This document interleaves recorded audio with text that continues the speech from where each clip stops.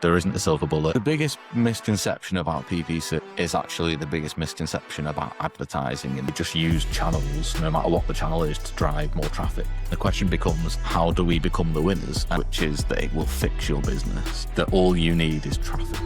So welcome back to another episode. Today we've got Mike Marshall from Evolution Digital.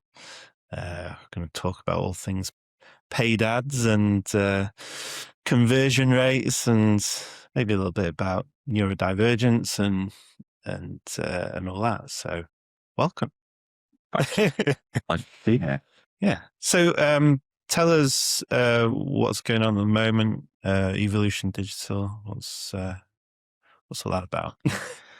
Yeah. Well, I was working in-house for a long time. I started out in agency. Yeah. Worked in-house for a few years and got to the point where I was trying to hire my own, an external agency.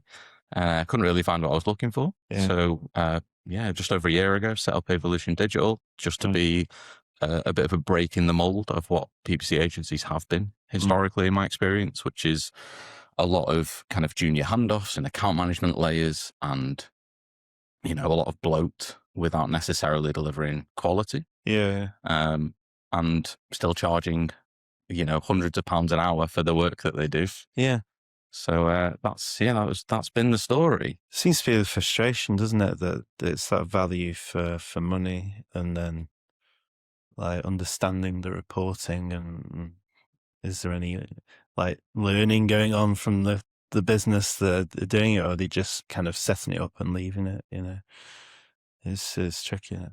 Yeah, a lot of people that operate in these spaces find themselves siloed. We were just talking off camera about communication, about how important it is to link everything in. Yeah. And that's something that we're really keen on. I always have been historically, but I think just making sure that, like you say, you take the learnings back, you share between SEO, PPC, all the paid social channels, organic content, and start to understand kind of what content themes work across the business. Yeah.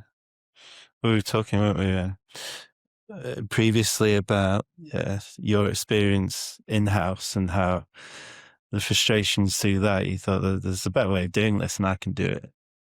Yeah, my speciality was always pay-per-click, was always Google Ads, Microsoft Ads. Yeah.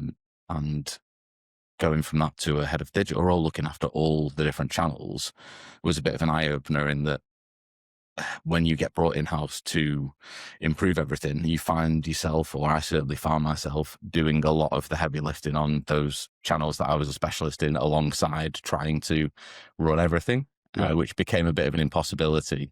And it means that, when you do have the time to invest in that one channel that you are a specialist in, you can make a much more significant impact to the business. Yeah. And there are businesses that run from, a very small share of their revenue, a very small share of the traffic is through paid channels. But there's also businesses we work with where it's kind of 80% plus of their traffic. So it becomes a massively important part of their business. Yeah. So being done incorrectly or being done suboptimally, let's say, can definitely give you a really big lever to pull to improve the business. So what does being done properly look like? The answer any good PPC will give you is it depends. It depends on how much money is being spent. It depends on how many conversions are being driven, on how well the conversions are being tracked. It depends on a whole load of things.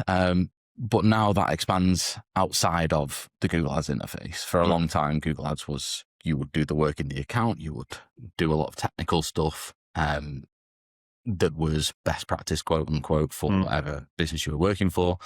Now I feel like Google Ads is probably 40% inside the platform and at least 60% out of the platform. We do a lot of competitor analysis, scraping ads, looking at what other people are doing. We do a lot of landing page optimization, conversion rate optimization, and that ranges from delivering feedback to building whole landing pages for some clients and hosting them separately, coding them in, HTML or a language that Google crawls a little bit more easily than your WordPresses, your Shopify sites. I know that's something that you're quite keen on as well. So we found some really good impact there, and it's a lot of things that people don't necessarily expect agencies to deliver because it isn't usual to focus on what happens outside of Google Ads. Yeah. It's usual to protect the channel that people pay you for and saying, well, yeah, we're running Google ads. You don't need to know about what happens inside Google ads. And I think we try and demystify that quite a lot and just, explain that if you uplift conversion on your website by 10%, that applies across every channel. So whether you're an 80% Google ads business or a 10% Google ads business, it's a better impact all around. I did some training for Google ads, which kind of highlighted why my brain doesn't work that way. So I'm always interested in like what works and what doesn't. And it became apparent that, a good page that converts from an organic point of view is good for ads as well. And so there's a crossover there in terms of what works for both of them. And it makes perfect sense, really. The page that would convert over multiple different channels and be very specific to what you're trying to get people to visit or buy or whatever. Absolutely. And Google scores within ads the landing page. Yeah. The landing page experience is what they score. Right. It's kind of above or below average or on average. Right. And that impacts how much you pay for a click and where you rank in the auction and how people see your ads. So that's how important it is. Yeah.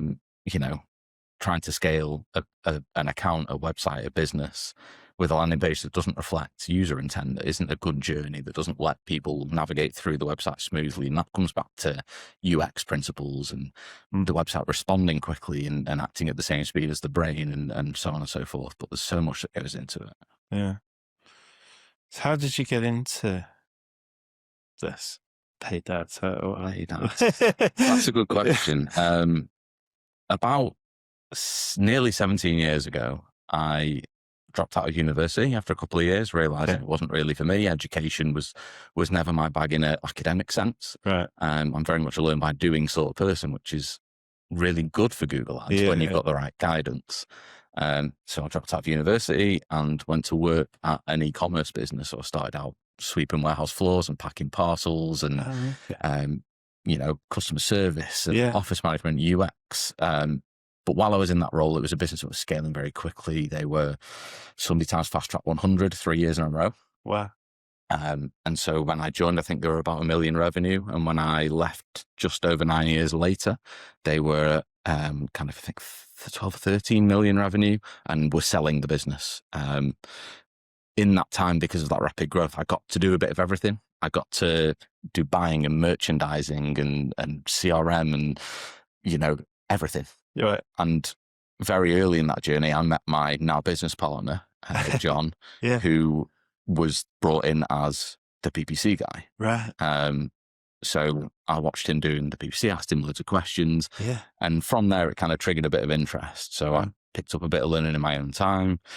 And when they sold the business owners, I actually left the country, moved to Canada. And I said, I want a job in digital marketing. I want a job in e-commerce that gives me a bit more marketing focus. So that's what I found out in Victoria in British Columbia. 6 months later, came home and carried on that education really. And as mentioned, kind of hands-on.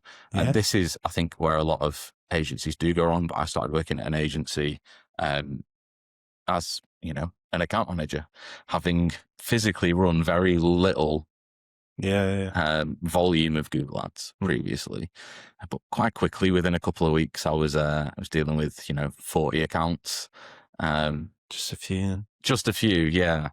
But because of my experience in e-commerce, I understood how AOV and conversion rate and all these other factors that aren't necessarily the KPI you report on influence things. So when you're talking to clients, when you're looking at an account, understanding why something has happened.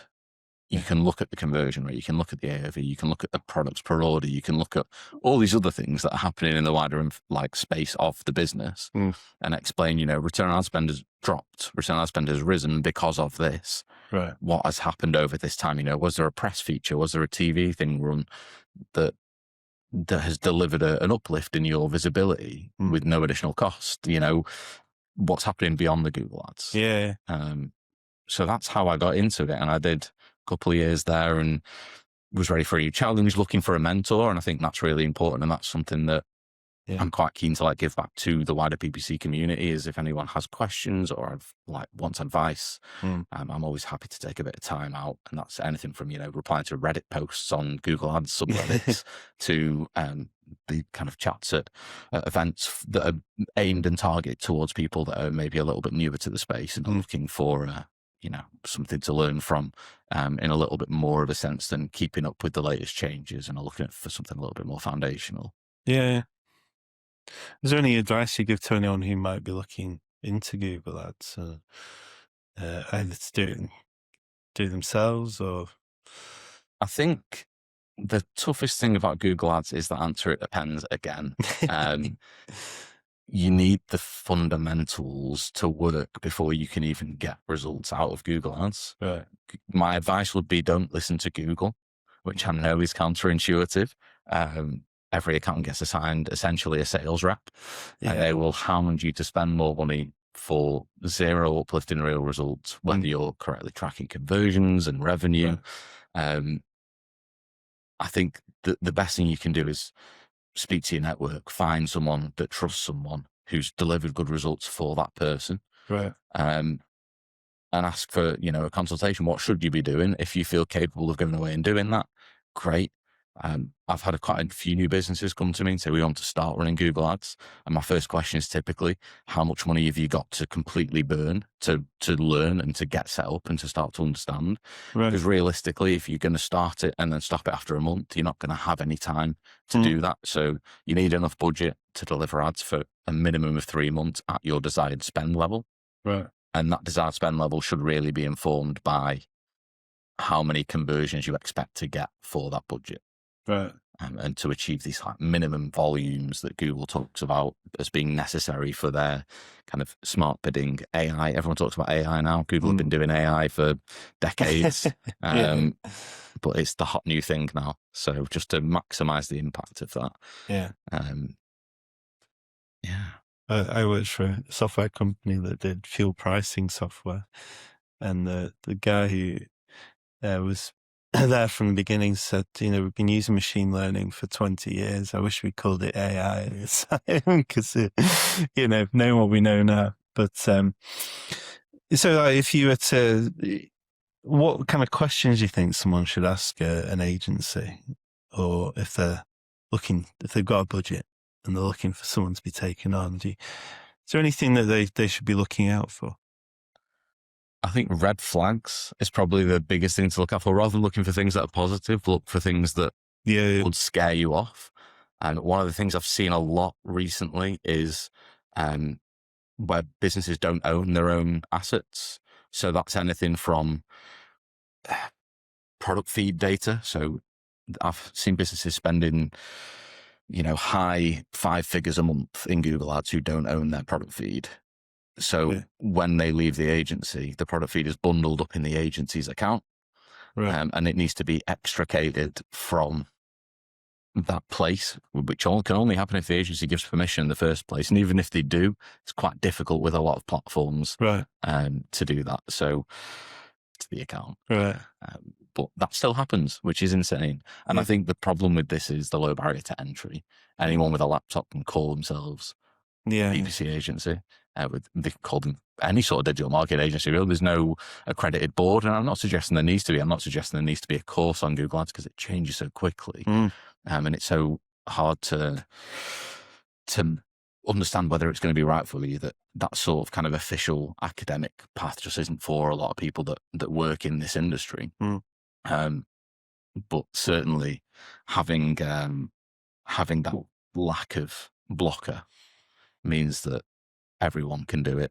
You just need a cheap laptop. I mean, laptop prices are coming down even with the rising price of memory and all that sort of stuff. Processors. Highlighted by Apple's newest, is it the MacBook Neo, is like a $500 laptop. And it's half the price of anything they've ever done before at launch.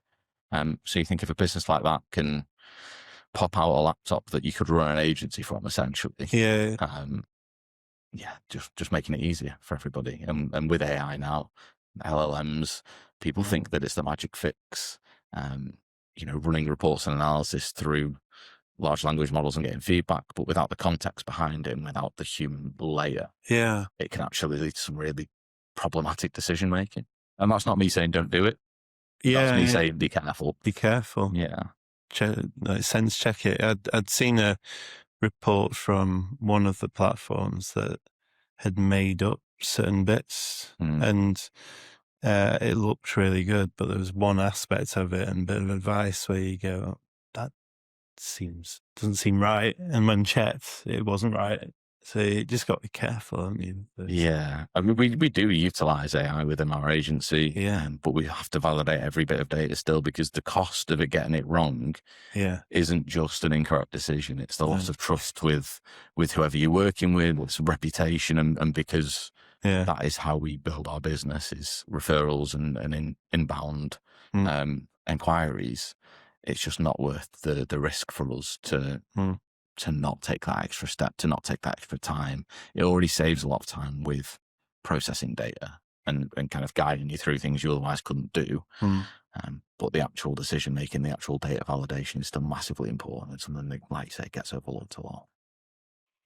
When you first started the agency, what were you concerned about? Anything?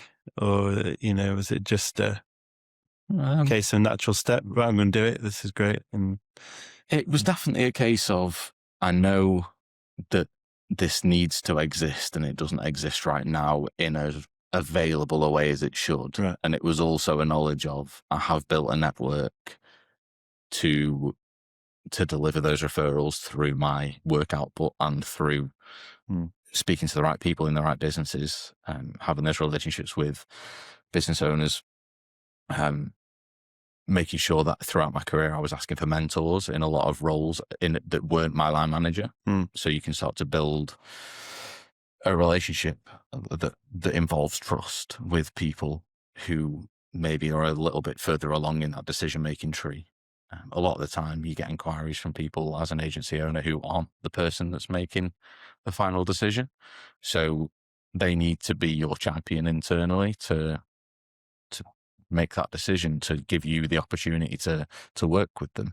And it very much is that. Like a lot of people talk about what they can do to an account and the positive results they can gain, but until you've done it, it doesn't really count for anything. It doesn't matter how many times you've done it before. The one thing I've learned about Google Ads in this lifetime is every account is different. You could run the exact same ads in the exact same way, in the same structure within an account for two different businesses, and if their offers are slightly different, if their landing pages are different, if their service and sales and reputation are different, you can get two completely different results. Crazy. So are you doing technical degree or education? Yeah. No, nothing. I've always struggled with academia.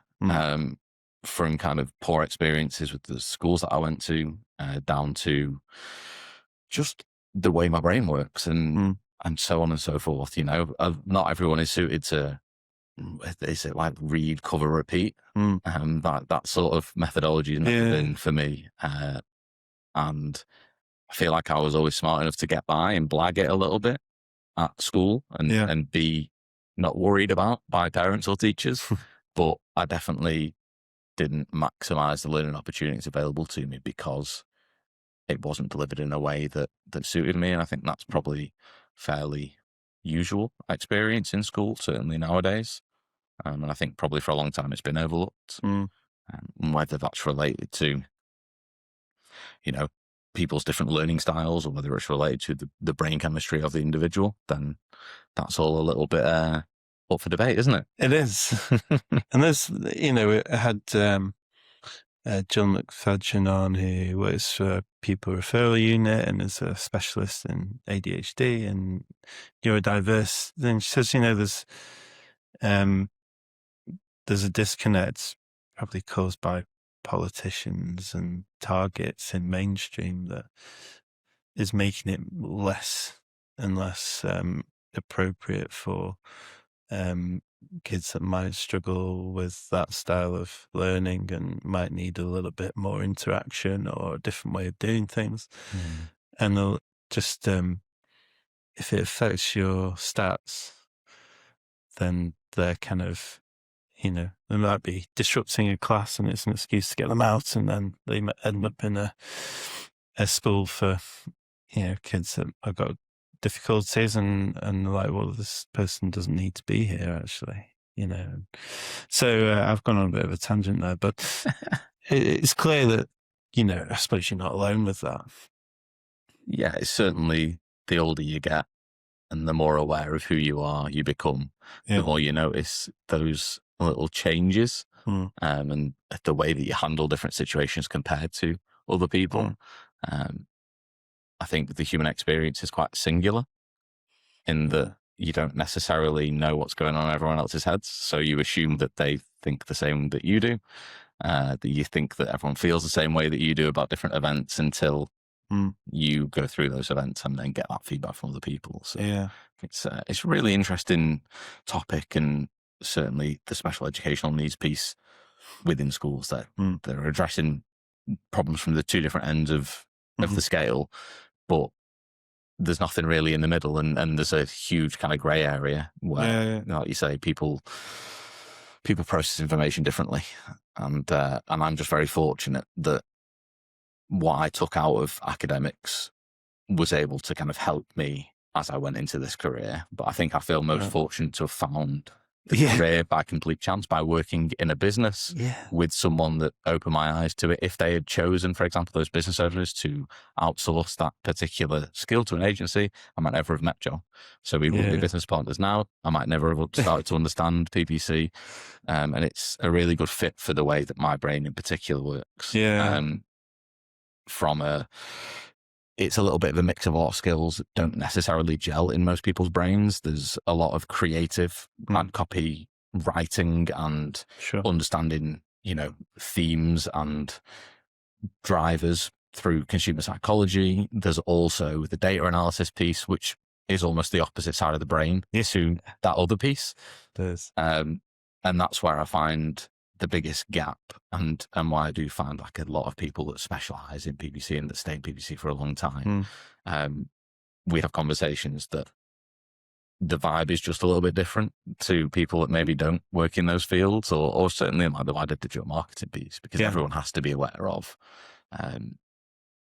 all of these different aspects within the buying journey.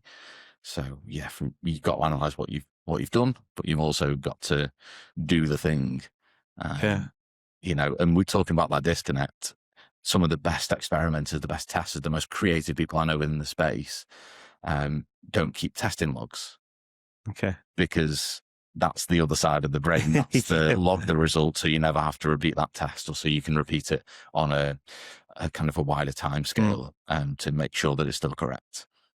But it's pretty common, I think, because the people that are really good at testing aren't really good at like data and statistics and record keeping. But some of the people that are the best with the data need to outsource some of the copy to internal copywriters. And there's nothing wrong with that. It's about finding your fit, I think. You can be a great PPCer who can't write great ads or doesn't understand how to. And obviously you can teach yourself, you can learn, of course, but there is definitely something to be said for things coming naturally to people. I do believe creativity is a muscle, and the more creative you are, the more regularly, the easier it becomes. But that journey for everyone looks different. That going from zero creative output to wildly creative. And there's some great people in the space who are at either end of those spectrums.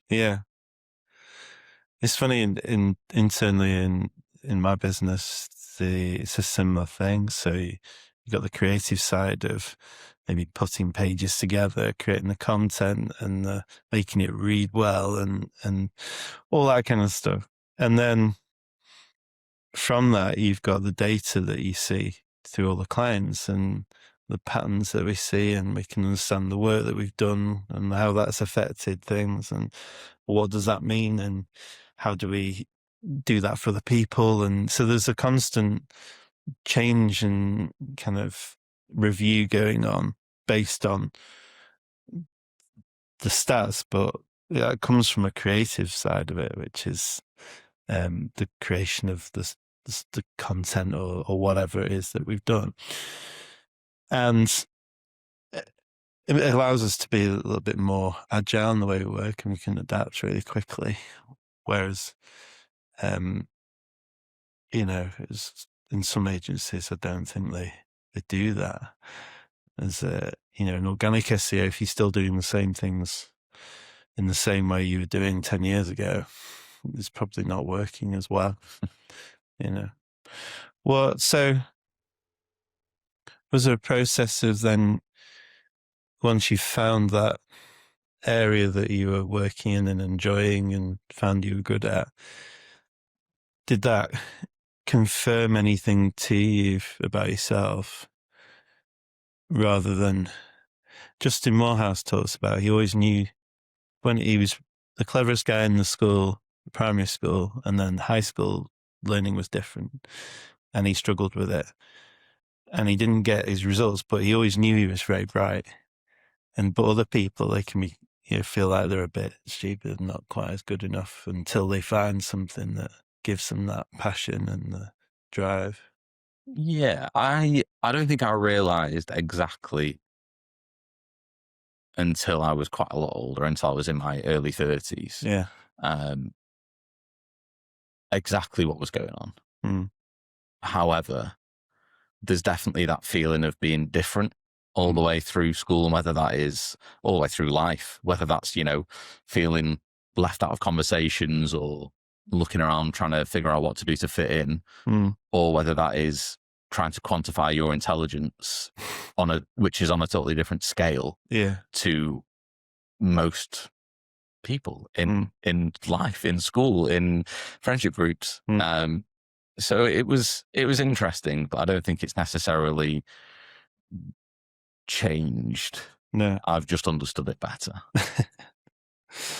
So what was it that you were struggling with? What was the main things really there?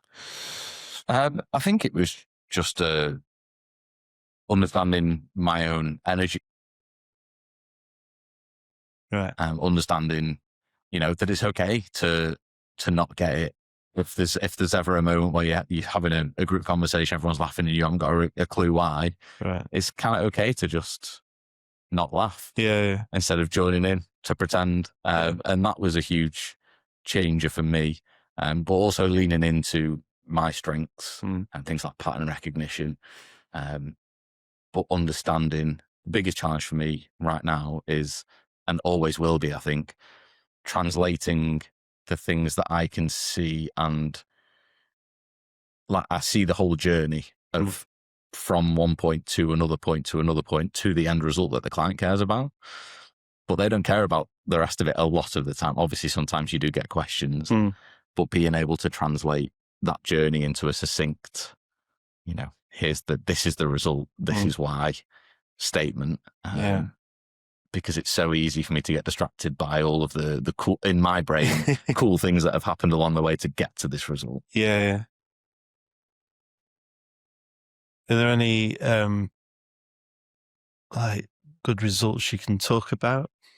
You don't have to name names or businesses, but anything you're proud of from a business point of view? Yeah, I think you don't stay in the industry unless that's the thing that kind of gets you out of bed in the morning. For me, certainly, is, you know, we can help 7, 8, 9, 10 businesses today do better than they did yesterday, or do better than they were doing last quarter or last year, you know, whatever worked to their business goals. We can help shine light on what works and what doesn't work. In terms of specific results, we're still quite a young agency, and I haven't really done the thing that most young agencies do, which is case study after case study. And because in my brain, anyone can make numbers look however they want. You know, you can find a story that looks good and sounds good in any account you work on, even if they work with you for 3 months and they go, this hasn't worked. You can find a way to show that it has worked to do X. But if it didn't work to do Y, which is the business goal in my brain, then there's nothing to be shouting about. Yeah. And I understand the value of case studies. I have had people ask me for them.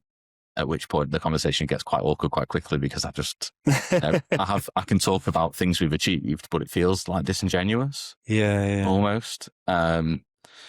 So for me, the win is in seeing accounts grow over time towards that overarching business goal. Right. So I had a client come on board in June last year, and they came to me saying, our biggest problem is that the business focus is high ticket items, high value, and we're talking over £1,000 value products.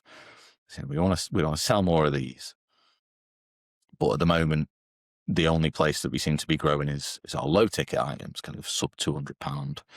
And Google is not great at tracking value for things that have a long journey with multiple touch points. So let's say, for example, someone is purchasing curtains or a sofa or a bed, and they want to order a fabric sample. Yeah. So Google sees the fabric sample order with no value and goes, okay, that conversion happened and it was worth 0. So you feed that data back to Google Ads, which is usually like the default is just to send all your purchase, all your revenue data back into Google Ads in one conversion. And Google goes, well, that conversion was worth nothing. So we're not going to try and get more of these. Right. Because it was, we spent a £5 to get a sample order. I'm not suggesting that's what the CPAs are, but we spent this much and we got 0 back. So we've made a £5 loss. Right. But actually that sample order might have a 50% conversion into an appointment at a store, and then a 50% conversion rate from that store visit into a purchase of £3,000. Right. So working backwards, each sample order could be worth £1,250. Yeah.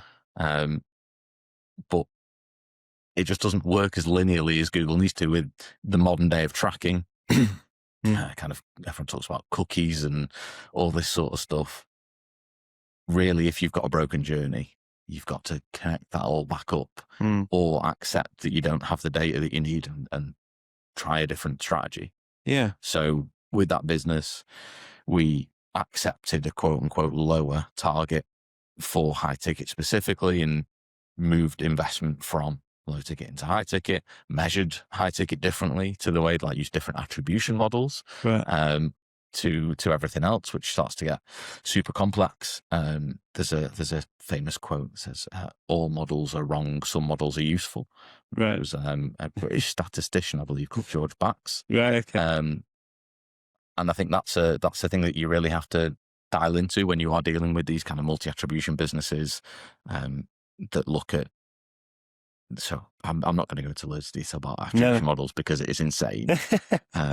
But whether you look at the first touch point, the last touch point, splitting weight equally between them all. So for sample orders, for example, using kind of harking back to this, you might want to change to like a first touch model. Yeah. Because it's, if they get that sample through a channel, then that channel's driven a lot of the legwork. But equally, if you're going for low ticket stuff, you want to look at how many touch points they've been involved with over the course of that transaction. But that journey for something that's £20 is a lot shorter than a journey for a sofa, a bed, and then a set of curtains where there's decisions to be made. There's multiple stakeholders in that decision in the house. It's very rare that you get someone just going, I live in a house with another adult and I'm just going to make an executive decision on this sofa, because if they do, that's usually a bit of a deal breaker, isn't it? Unless they have impeccable taste. Yeah. It's a funny thing. We talk about conversions. We always find there's a trust factor the higher the value of the product is. So you tend to see that maybe more the lower value products are bought online, but the higher value ones, people more want to see someone or talk to someone, or perhaps they've got a budget and they're looking for they'll get a number of different quotes or products in different places to see what's best and what's cheap. Well, what can they do with it? And so when we've done it with clients that do that, especially with the bespoke design for engineering, it's more of an educational piece. And then we're asking clients, then what's your process in-house? People that call up are you asking where they've seen you? How did they find you? It's really important to get that. And then we can monitor how we're doing, that conversion rate thing that comes from it. You have to go that step further, don't you? I've talked about it recently in a few LinkedIn posts out now, because so many more channels and different ways of conversing that you've got to kind of go a step further the client and go, well, it's not enough for them to just go, well, we've had these many inquiries through the contact form. Yeah. It just doesn't work that way anymore. Yeah, exactly. And that's Google Ads has always relied on data, and we mentioned conversion tracking quite a few times. Yeah. The higher quality that is, the better your results are going to be, because their AI, their smart bidding, has way more data to work on. Right. So especially for smaller businesses, if you're looking at a business that, might drive 30 inquiries a month, Yeah. if you can gather, 3 more, Right. because you can report the conversion slightly more effectively back into the platform, then that's a huge business impact. But numerically, next to nothing really, isn't it? Kind of 3 forms filled in, 3 inquiries. So yeah, it's all about making sure that you understand that journey the customer's going on. Yeah. And finding a way to attribute things back if you can. So you mentioned the calls. Yeah. Using kind of call tracking software, which inserts different numbers into your website based on which platform someone's come through, and what time they've come through, and then being able to link that back to a click ID from Google. Yeah. Yeah, it's really powerful. And again, a lot of businesses that are 80-90% call inquiry based don't use this software because they just don't know it exists, or they don't know how to implement it, or it sounds expensive and not worth it. And then you look at the business impact of improving your data quality by 10%, 20%, and quickly becomes quite valuable.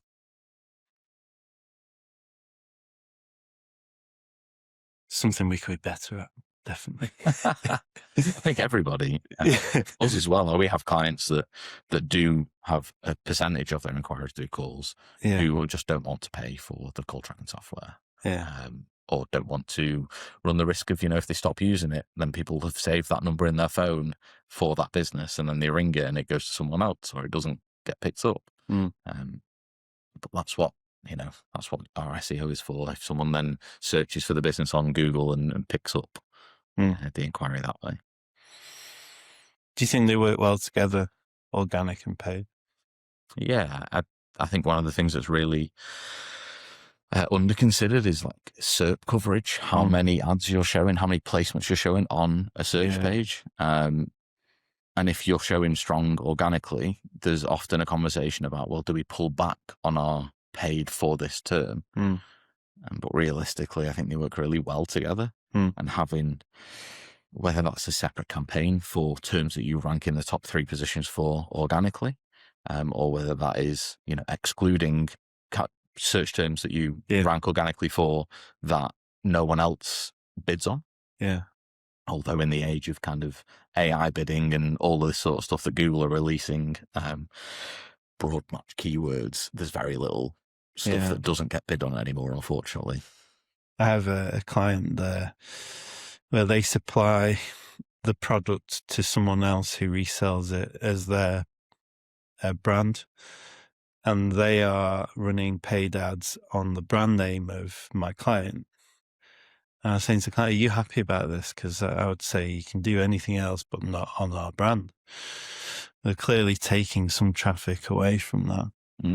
Monopoly laws are difficult to get around, though. Yeah, but you could be frowned upon. Very, very difficult to stop someone from bidding on a term in Google without. Well, I said, do you want to do the same thing?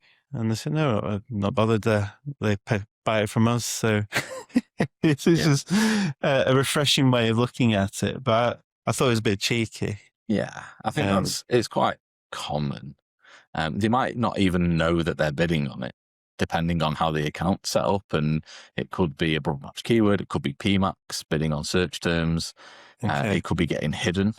So whoever's running it might not even know that they're showing ads on that placement. Because nowadays, between 50% and 2/3 of search terms, things that people type in to trigger your ads, Yeah. are hidden in Google Ads now. So you can optimize based on the data you get given. What? Yeah. Really? Yeah, it's been getting steadily worse. I've certainly noticed a shift in the last 12 to 24 months. Right.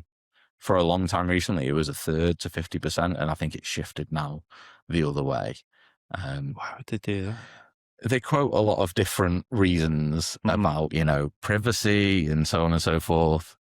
But realistically, the less data they surface, the harder it is for you to stop them from bidding on terms that you believe are wasted spend, more money in Google's pockets. And I'm probably not going to win like premium partner awards for saying these sorts of things. It's tricky, yeah. However, I think it needs to be said, and Google will know that they don't necessarily optimize towards the best results for their advertisers all of the time. And the more advertisers that are in Google, the harder that gets to do and make everybody happy. So there have to be winners and losers. And the question becomes, how do we become the winners? And that isn't always messing around with keywords in Google, writing out copy. Sometimes it comes back to landing page. It comes back to offer. Offer creation, offer ideation. I get this quite a lot with a lot of clients where they have a 14-day return policy because it's the statutory minimum, and all their competitors offer 30 days. And we change it to like a 90-day return policy because their return rate might be 2% anyway. Right. So it wouldn't change anything. The material business impact on a 2% returns rate by extending it, not changing your returns policy in any other meaningful way, not accepting returns back for open items. Okay. It still might have to be returned it still might have to be returned as a new product, a sealed product. Wow. And the business impact is minimal, but changing it to 90 days means Google crawls your return policy. You tell Google your returns policy is 90 days. It's better than your competitors. And they're just more likely to show you in a placement. I love that. There's so many ways. There was Wiggle. There's a cycling website, wiggle.com. I'm going to name drop them. I don't even know if they exist anymore. I'm not big into cycling myself. But they used to have a 365-day return policy. Right. Which was just something that they could own, right? No one else does that. No one gets a bike and doesn't use it for 365 days.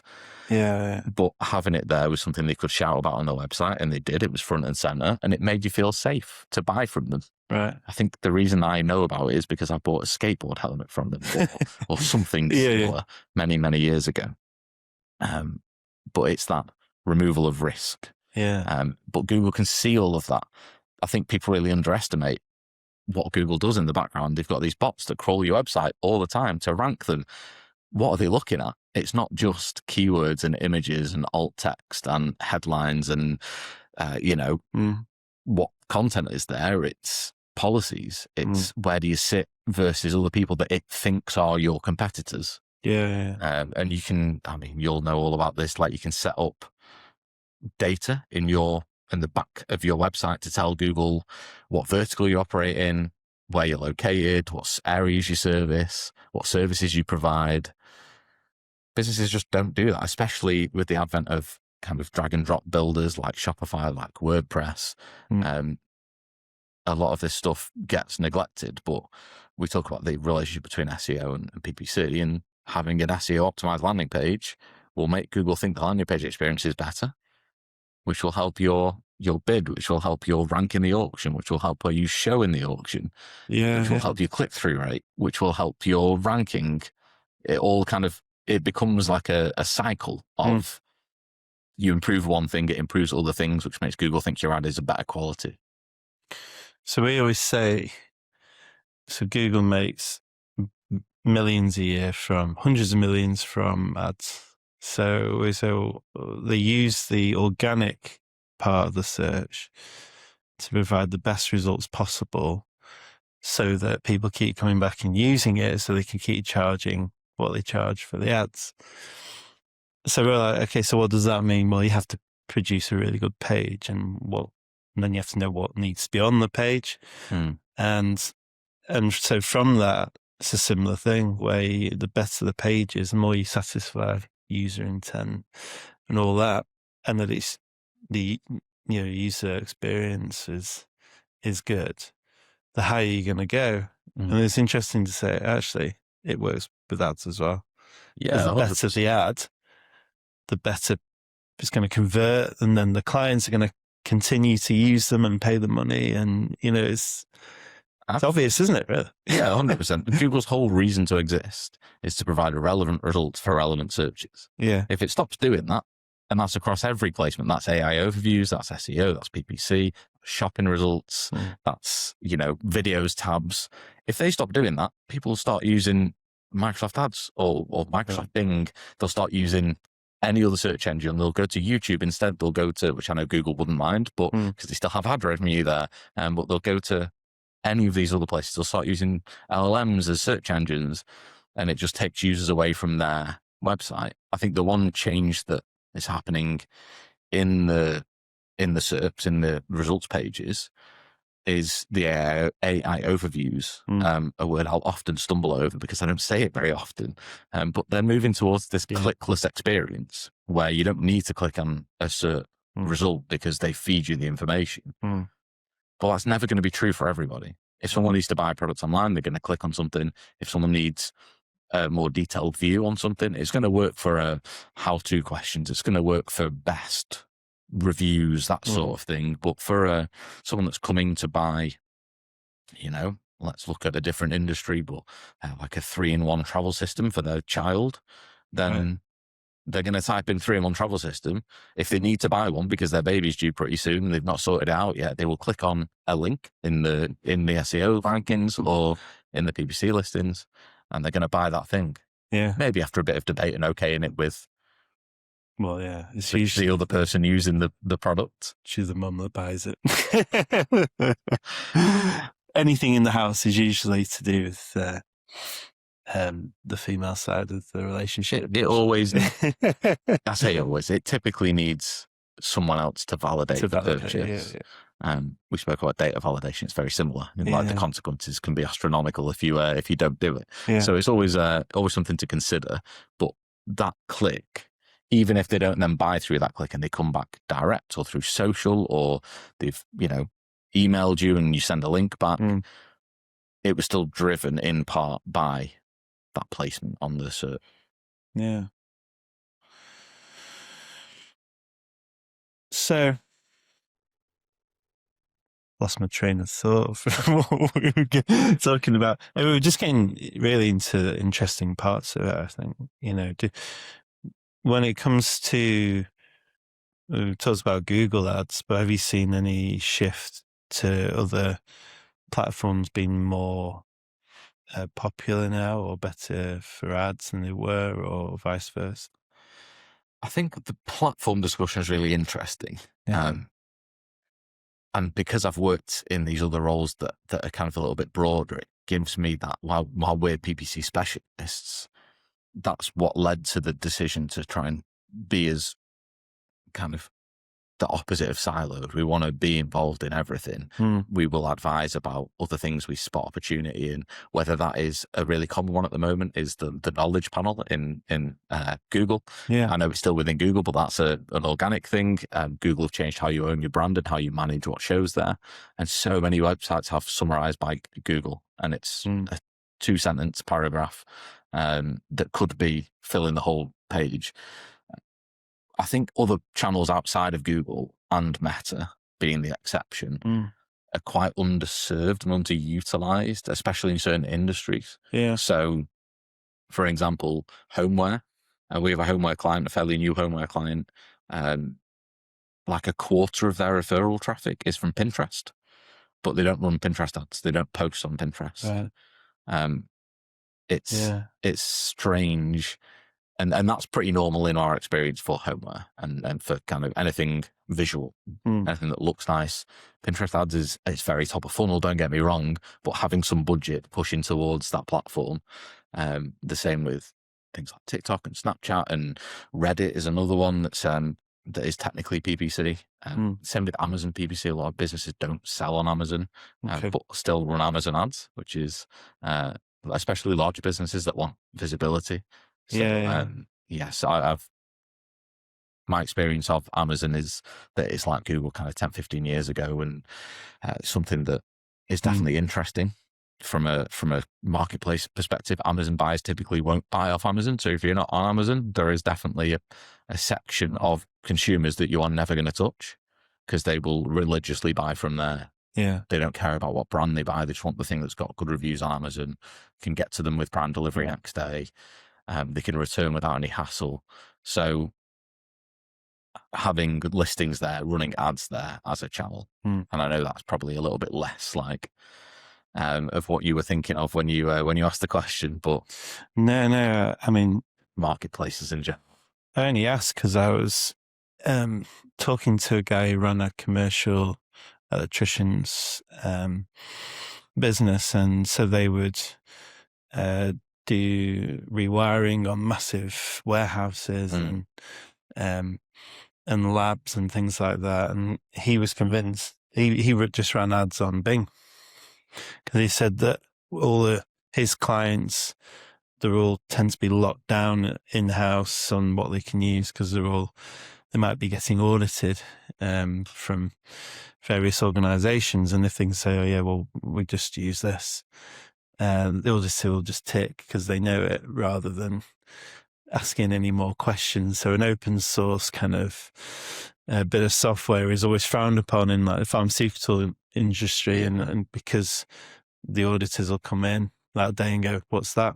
Not seen that before. Okay, I want to see a bit more. Is it verified? Is it, And so he said his customers are using that more than Google or anything else. I thought it was really interesting. Yeah, it comes back to the wider channel discussion. Yeah. By choosing a channel, you want to choose a place that your customers are. There's no point running ads on Meta if none of your users are on Facebook or Instagram or WhatsApp or whatever else. In the B2B capacity, anyone that is serving business users as a B2B service, for the most part, like traditional commercial businesses, Microsoft, is it Edge now? I always forget which browser they're up to. They keep changing it so often. Edge is pre-installed. Yeah. If it is still Edge, and Bing is the default search engine. If you're targeting an older demographic, they don't typically change the default browser or the default search engine. So that can be also something. Different ways to search operate with different search engines as well. So Microsoft, I believe, is the search engine that powers Alexa, or it certainly used to. Don't know if that's still the case. An example from my personal history is working in hair and beauty, like as a B2B hair and beauty. Every hairstylist that we interviewed, spoke to, was on posting TikTok reels and on Meta. Instagram. Yeah, exactly. All the time, in between clients, posting things, but also viewing things. So even though those ads don't necessarily deliver a high click-through return on ad spend, those users are still the people you want to show ads to. You want to show them what your latest offers are. You want to show them content that they're going to be interested in and remember that stands out in their social feed. And while that's not something that we do as an agency, we certainly will push people who should be running those ads to investigate that platform.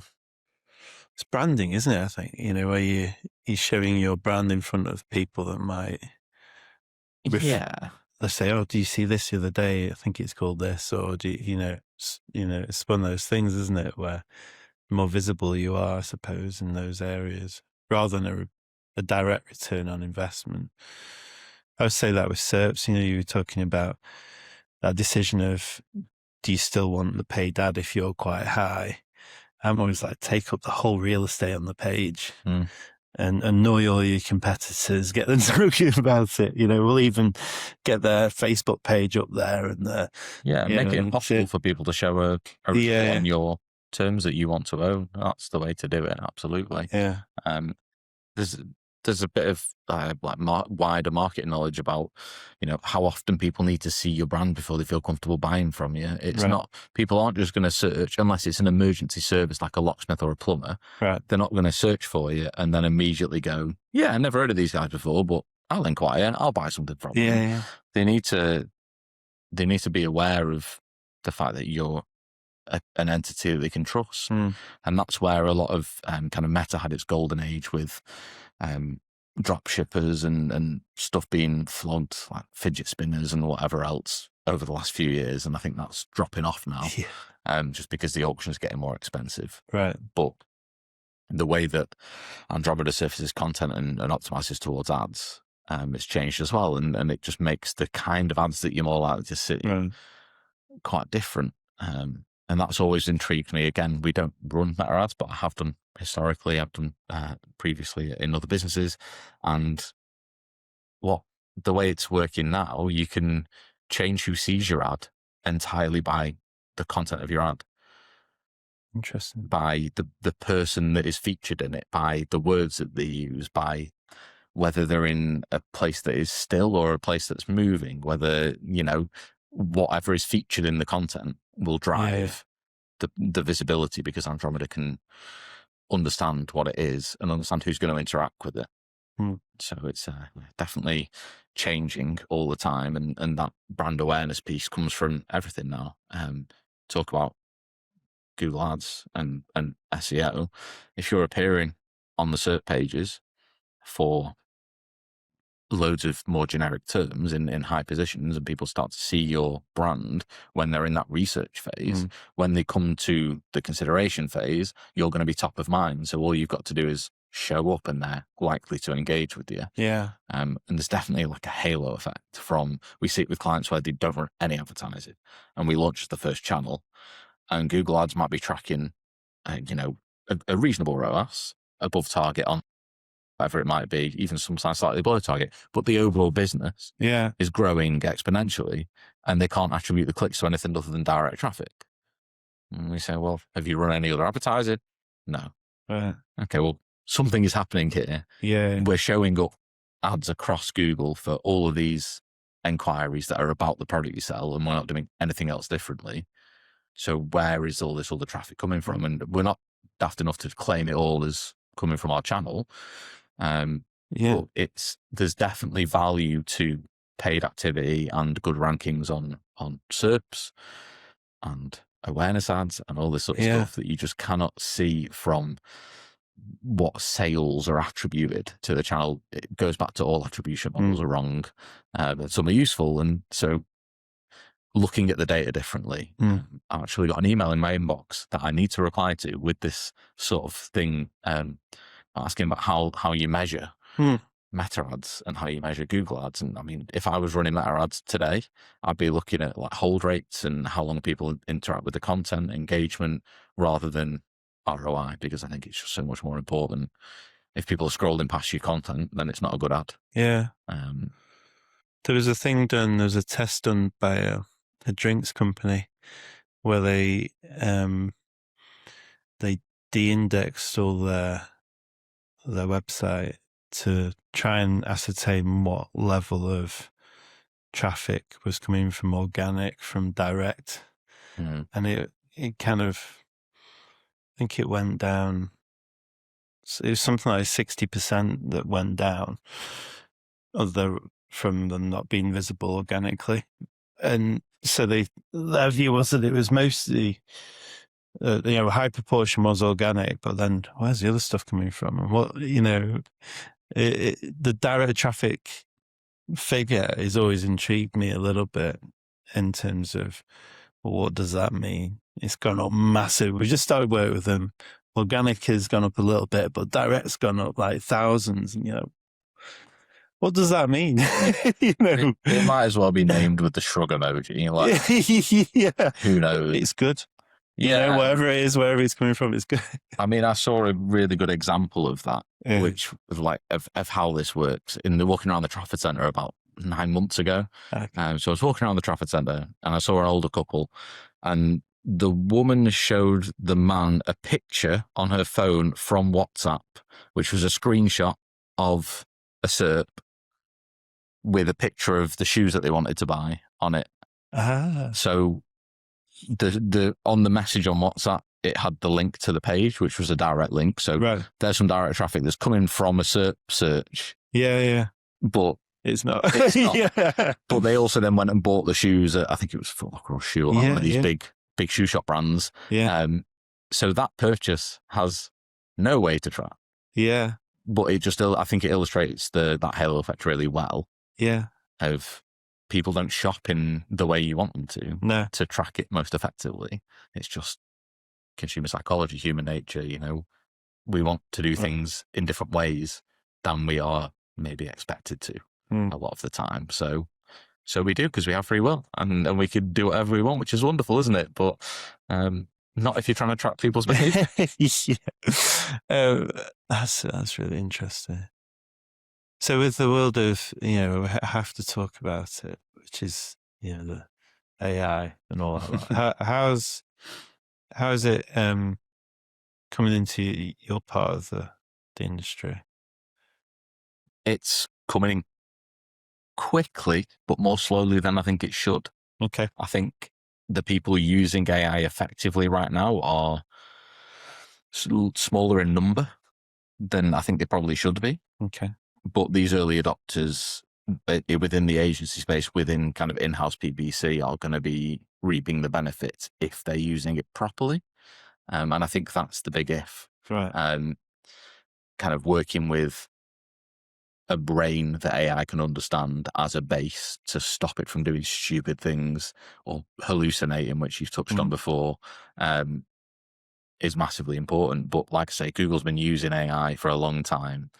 It's been awful a lot of the time, trying to recommend headlines to write and descriptions to write in the platform. And I don't think I've ever used one, because they've just always been terrible. Yeah. But it's this expediting the pulling data out, getting the things that you need in front of you to make a decision easier. And that's the big win from AI right now. And I'm sure that there are people out there who are automating everything, and some of them might even be doing it well, or well enough to hide that it's being fully automated. Yeah. But there's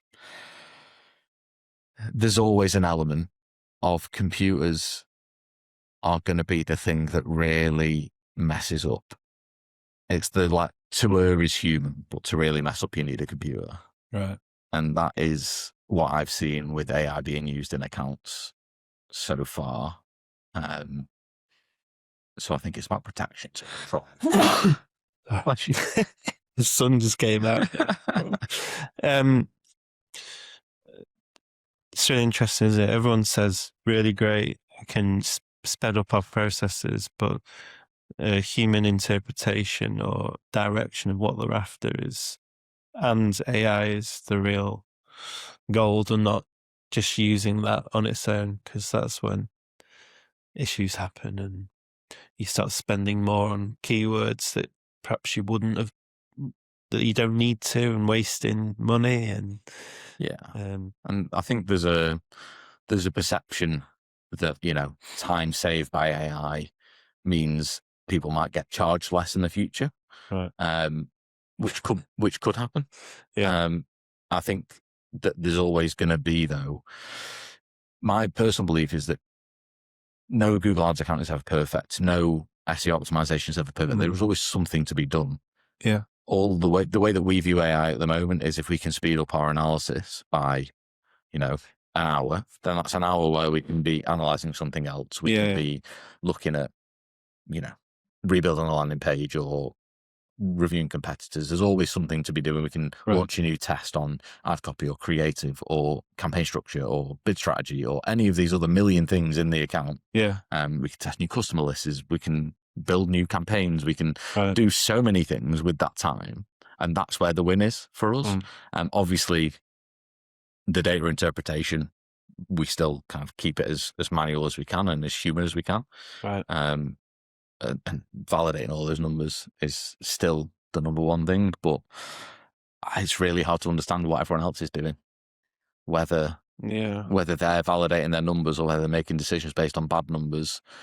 And I don't think anyone's going to know that, because the actual platforms, the LLMs themselves, aren't going to be able to surface that data because they don't see the input, right? It's an interesting one. I'm always kind of thinking about this idea that the search engine, we don't use search engines for an example, they want the money comes from humans using it. So they give you the functionality to use AI, but they don't want AI using the site. They don't want just like bots and everything. They effectively recently, last year, keep adjusting their stats, which is really unhelpful to everyone trying to report about trying to get rid of the bots stats and, you know, things that aren't human that are coming onto the site. And so it's the human part of that, and then social media as well is so important because it's humans using it, and humans can tell if it's not human content or human generated. And so it's like, well, I'm always thinking, well, what does that mean? You know, and am I right? You know, and I think with that idea, I think that is right, and that the human idea of it and what makes a human tick is important to the success of any campaign or any page online. Or I could go on for hours about it. I won't do, but I do think that that's, you know, the scenario and what is happening. But we're just being flooded with all these AI related products that are there to apparently save you. There's so much investment in AI as an industry as well, from private equity and kind of all that sort of stuff that is supporting the flooding of these AI tools. A lot of the AI tools are being built with AI, so we know they're not coded optimally, because there's no way that can, if it's someone that doesn't know what best practices are for code, then for whatever language the program is being written in, then there's no way that the output is going to be optimal. And I've spoken to a few developers about this, whether it's building websites, whether it's building programs, back end, front end, all that sort of stuff. And the feedback is generally like, the output's good if you give it guardrails.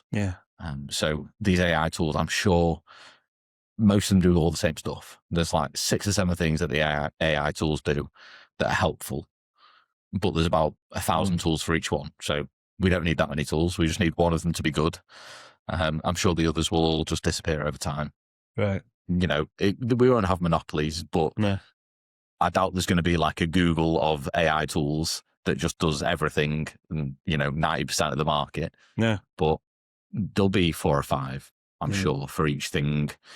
They'll start doing what we've seen ChatGPT, like people will ship features and create custom GPTs that do a thing. And ChatGPT will then go, well, we can do that better. And they will take a tool that someone's created and go, we'll just build that into ChatGPT, because that's what huge companies do to small companies that are trying to gain some market share. If they think it's valuable, they'll just build their own version and destroy the company or buy them. So it will all become a little bit narrower than it is at the moment. But I guess the beauty of it, from my perspective, is you can learn to do stuff as someone that learns by doing. You can learn to do stuff really easily. I spent a few hours yesterday working on building landing pages in HTML instead of using a landing page builder.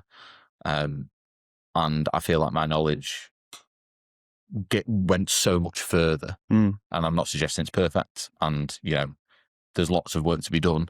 But going from a restrictive landing page builder that has rules about what content you can have, where it can go, what order things go in, what blocks look like, dragging and dropping stuff and reformatting it. And there's no way that those drag and drop editors are coded as efficiently as they can be. Whereas, with kind of direct HTML websites, I think that's a huge win. But that's how we're trying to do it, is spending a few hours of our week learning more about what we couldn't do before that we can do now. And that's the thing, right? AI lets you expand your horizons to whatever you fancy. If you want to learn to do SEO, they'll probably teach you pretty badly. If you want to, you know, but you can ask it, once you understand the fundamentals, you can ask it pretty much anything about everything. That's the beauty of it. So I just found that with Excel, Microsoft Excel, bit of AI's killing it, basically. I love a good spreadsheet. I'm a big, huge spreadsheet nerd, but I never knew all the formulas, but I knew what it was capable of.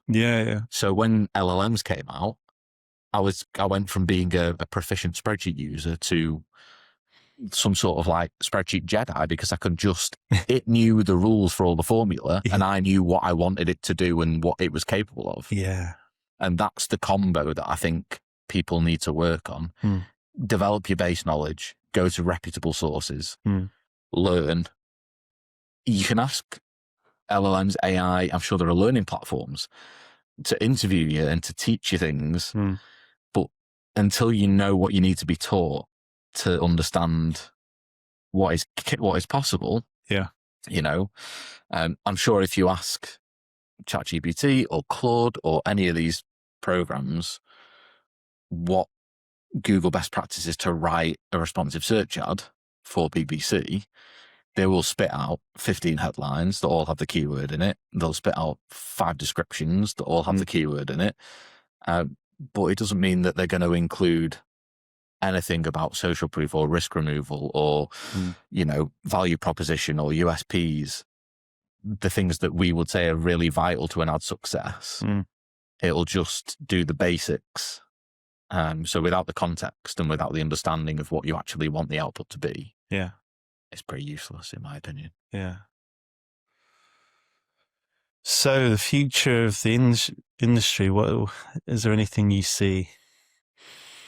And then that, short term, long term, where it's going. For PPC, I think there's going to be a lot of people trying to use AI, and a lot of accounts will fail because they don't give it the proper guardrails, and that'll present opportunity for people that are doing things really well, whether that's with or without AI. I think that the costs of good PPC are probably going to go up instead of go down because of that skill gap widening of the people that adopt AI well are going to be because of the capacity for data analysis. And once you have all the guardrails in, if you can essentially maintain an up-to-date brain, an operating system, so to speak, for an interface, whether that's SEO, PPC, Amazon Ads, Meta, once you have that and it's built and you update it every time something changes, every time what you consider best practice to be changes, then that is going to be worth its weight in gold. And that is going to be where the win is in terms of quality, because once you have that, you can iterate and test and learn so much faster. You can get to great much faster because it knows everything that you know. It will do things that you want it to do with less time investment, and so you can do more of it. So I think that that's the future of PPC. But I do see a trend towards there's recently been a trend towards in-housing PPC and marketing in general. And I think that's probably going to get reversed. So just an endless cycle, that, isn't it? It tends to happen every 2 years, doesn't it? But there's so many job roles, like in the last 5 years for, digital marketing manager must be an expert in SEO, PPC, Facebook ads, marketplaces, graphic design, and that person doesn't exist. No. There's a person that is one of those things that wants to learn the other stuff. But my experience of doing it, of taking one of those jobs, is you go in, you do the thing you're really good at, probably less well than you should because you don't have the time, because you're trying to learn all these other things. And then the other things are not as good as they should be because you're still picking up things, even though you might have this kind of breadth of knowledge of e-commerce, or other blockers happen. And you realize that, there's a lot of expectation on one person. There's no one to learn from. If you're the only person in a team doing all that stuff, you need to outsource that to communities. And I'm certainly a big advocate of groups that can support you when you have questions, when you get stuck, when you want to know about, a problem with an account or a problem with a business or competitors changing, seeing something new for the first time. And I'll quickly shout out Performance Academy, which is a little community run by Charlie Brennan, who is an excellent PPC freelancer, and hosts regular free meetups for the PPC community in and around Manchester. Interesting.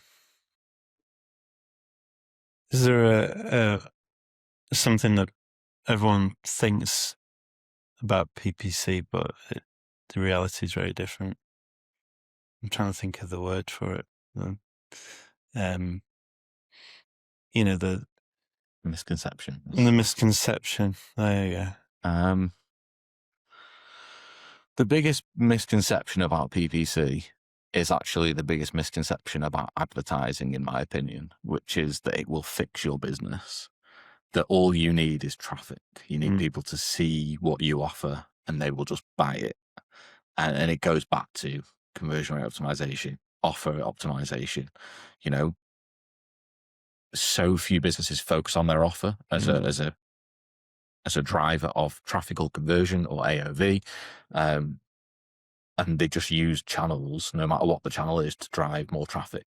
And that for them is marketing, is advertising. And actually, Google Ads can't fix a broken business. Nothing can. There isn't a silver bullet. I guess the second biggest misconception is that because of that bad, poor performance from a couple of agencies is their fault. And I have sat here and said, I think the agency model is largely broken and we're trying to do things a little bit differently. I agree. But if you go to 5 agencies and none of them work and your performance is the same at all of them, the problem is probably your offer or your landing page or your service or your reputation. And people don't like to hear that. So I probably shouldn't have said it, but here we are. It's true in everything. Yeah.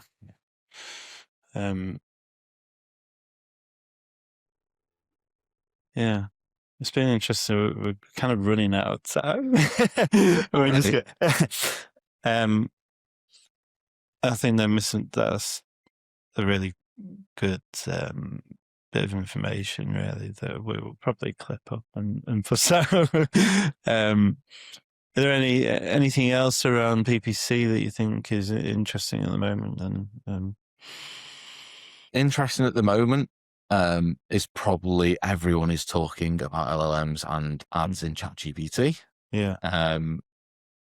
I think that's interesting. I don't have a good opinion on it because I haven't run them yet. I don't think they're eligible in the UK still. I'm on some various waiting lists to kind of link up essentially kind of shopping ads for ChatGPT. But the trials from the US sound a little bit all over the place.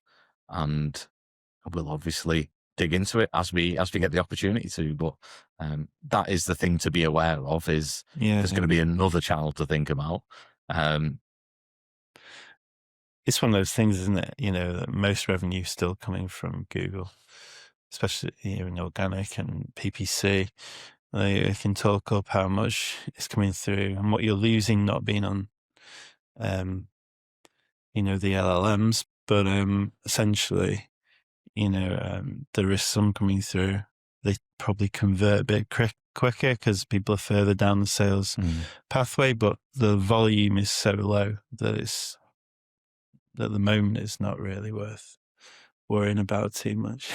Yeah, I think there's a belief that AI ads and AI overviews and LLMs are going to take away a high percentage of Google search volume.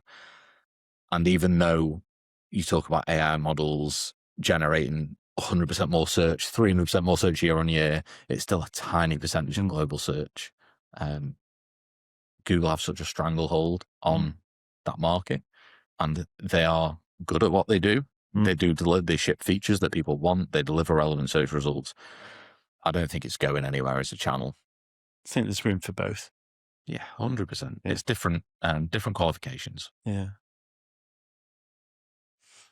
Good place to finish on that.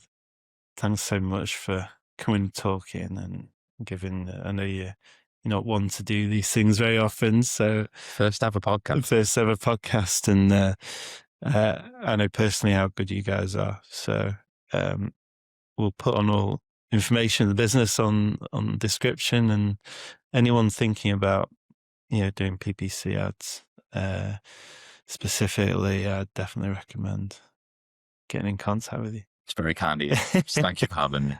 There was.